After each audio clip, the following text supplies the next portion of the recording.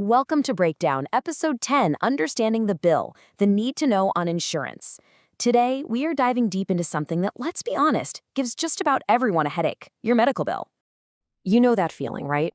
You open an envelope from a hospital or a doctor, and you're just staring at this page of codes and charges, and it feels like it's written in another language.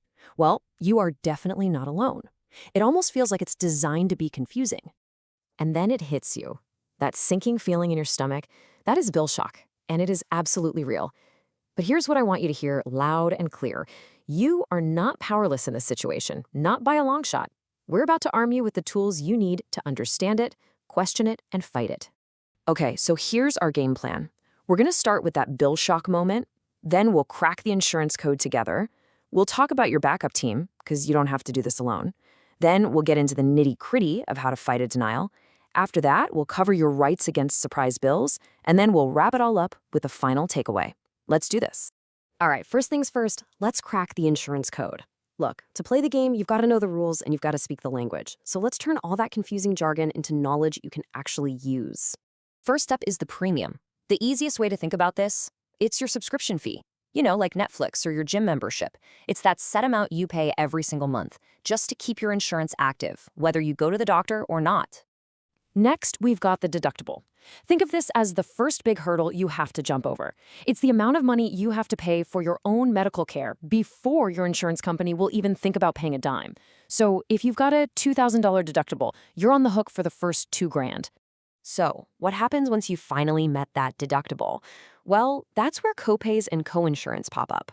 A copay is that simple, flat fee you're used to, like $20 or $30 for a doctor's visit. Coinsurance, though, is a percentage. So if your plan has 20% coinsurance, it means after your deductible is met, you pay 20% of the bill and your insurance pays the other 80%.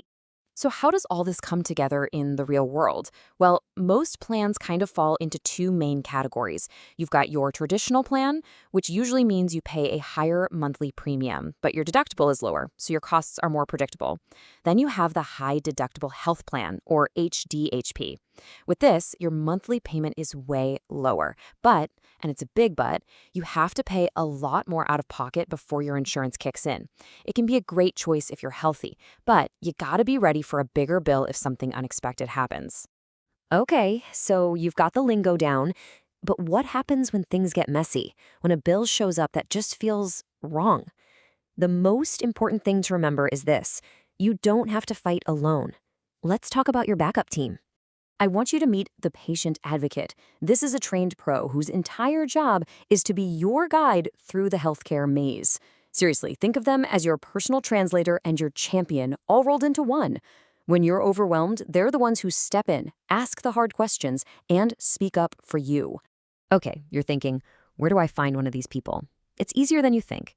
Start by calling the hospital where you got care and just ask for their patient advocate or representative. A quick online search for advocacy groups in your state can work wonders too. There's also a fantastic nonprofit called the Patient Advocate Foundation. That number is right there for you. And for our veterans, your local VA medical center has advocates ready to help. Just make the call.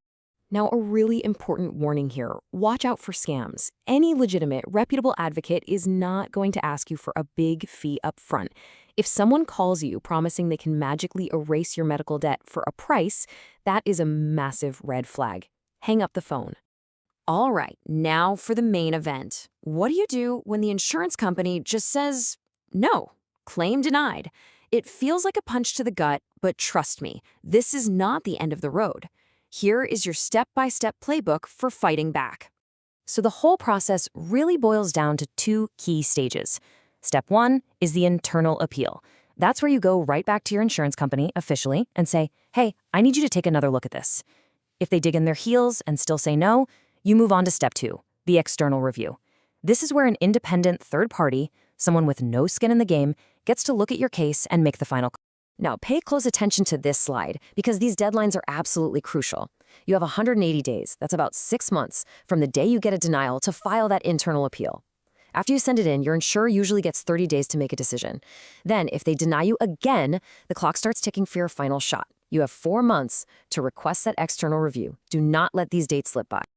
Okay, so you know the steps, you know the deadlines, but what on earth do you actually write in that appeal letter? I get it, staring at a blank page can be the scariest part of this whole thing, but it doesn't have to be. Think of this as your checklist for writing a killer appeal. First, be polite. Just state the facts. Clearly explain why you and your doctor believe this service should be covered. And here's a big one. Explain how your medical condition actually affects your real daily life. But the absolute most important thing, get a letter of medical necessity from your doctor. Attach it along with any other records, and pro tip, always send it by certified mail. That way you have proof they got it. Now, on top of the appeals process, you actually have a powerful legal shield in your back pocket. We need to talk about your rights when it comes to those awful surprise medical bills. So, what exactly is a surprise bill? Well, the technical term is balance billing. Here's how it happens. You do everything right. You go to a hospital that's in your network. But surprise, the anesthesiologist who treated you wasn't in network. A few weeks later, you get a massive bill from them for the balance, the difference between what they charged and what your insurance paid. It's a nightmare. Well, the good news is there's now a federal law to stop this. It's called the No Surprises Act, and it is designed specifically to protect patients like you from most of these financially devastating bills. Honestly, it's a total game changer. So, when does this law have your back? It covers two main situations. First, if you need emergency care, it doesn't matter if the hospital or doctor is in or out of network, you're protected. Second, it protects you in that anesthesiologist scenario.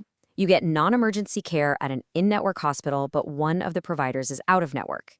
In either case, the law says they can only charge you what you normally pay in-network. That's Phew, we have covered a ton of ground here, so let's bring this all home.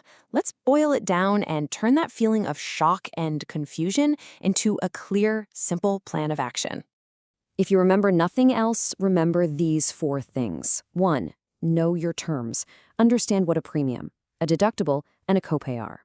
2. Call for backup. Find a patient advocate so you are not in this fight alone. 3. Know the deadlines. You've got 180 days for that first appeal. And 4, know your rights. The No Surprises Act is your legal shield. And that's really what it all comes down to. Your health is, without a doubt, your greatest asset. So the real question is, isn't it time you became its strongest advocate?